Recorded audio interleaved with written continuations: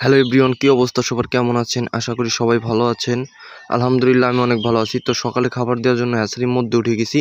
এখন দেখি খাদ্য মিটারে খাবার নাই, পানির ডিঙ্কারে পানি নাই। তো সর্বপ্রথম আমি পানির ডিঙ্কারে পানি ভরে দেবো। আর আমাদের এই জায়গায় আকাশের অবস্থা বেশি একটা ভালো না। এই কয়দিন যেই গরম পড়ছে, তো আজকে যদি বৃষ্টি হয় অনেকটাই ভালো হয়। তো এদিকে আমার পানির ডিঙ্কার ভরা কমপ্লিট। এখন আমি খাবারটা দিয়ে দেবো। আর এখন খাবার দেবো আমি 6 কাপ করে, প্রায় 3 কেজির মতন খাবার আমি দিয়ে দেবো। যেহেতু সকালের খাবার এটা, ওরা সকালে একটু বেশি খাবার খায়, রাত্রেও আমি 3 কেজি 3.5 কেজির মতন খাবার দিই। তো সকালেও আমি সেম দেবো, কিন্তু দুপুরে আমি খাবারটা কম দিই। তো এদিকে আমার খাদ্য মিটার ভরা কমপ্লিট। আর এখন আমি 5টা খাদ্য মিটার 5 জায়গায় বসাই দেবো। আর গাইস, আজকে খাদ্য মিটারটা আমি একটু উঁচা করে দেবো, যেহেতু মুরগিগুলো মাশাআল্লাহ দিলে অনেকটাই বড় হয়েছে। তো ওদের খাদ্য মিটার উঁচা করে দেওয়ার দরকার। আর পানির ডিঙ্কারটাও একটু উঁচা করে দিতে হবে। আর খাদ্য মিটারের জন্য উঁচা করে দেবো, কারণ ওরা গলা টান টান করে খেতে পারে না, হয়তো খায় শান্তি পায় না।